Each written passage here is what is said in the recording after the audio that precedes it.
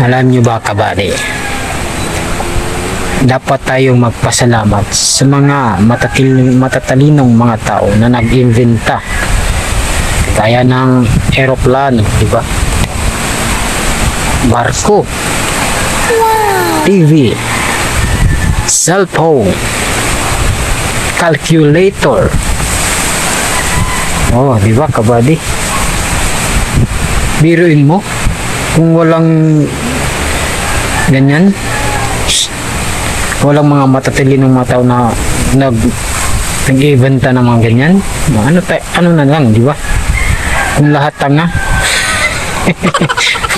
kung lahat bobo, syempre mahirapan ka, kabady, di ba? Oh, puro mga tao tanga, walang matalino. Ano mangyayari sa atin? Oh, di ba? Walang barko, walang eroplano, walang TV, walang cellphone. Oh, mahirapan tayo ng ganyan, kabady. Kaya magpasalamat tayo sa kanila, di ba? Talagang sinasadya talaga yan ng ating mahal na Panginoon, di ba? Para hindi na tayo mahirapan. Diba? Mayroon talaga ganyan, mga matatalinong mga tao lamang ang nakagawa ng ganyan, di ba? Normal lang yan, kabady. Hati-hati talaga yan, di ba? Hindi pwede lahat ay tanga. hindi pwede, kabady. Wala talaga na tayo kung puro lahat ay tanga, di ba? Mahirapan talaga tayo niyan. Meron talagang matatalino. Oh, di ba? Oh. Biruin mo kung walang eroplano, paano tayo, di ba, makapunta sa kabila?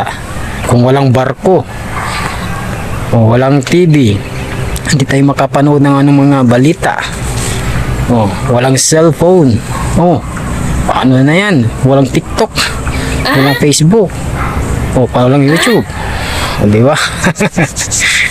O, calculator. O, di ba?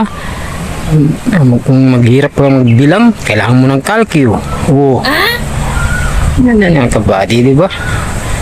Yung mga tao talaga pag tanga, hindi lang paano magbilang, hanap talaga ng calculator. Di ba?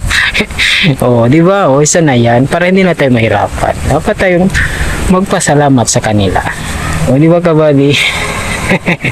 Peace.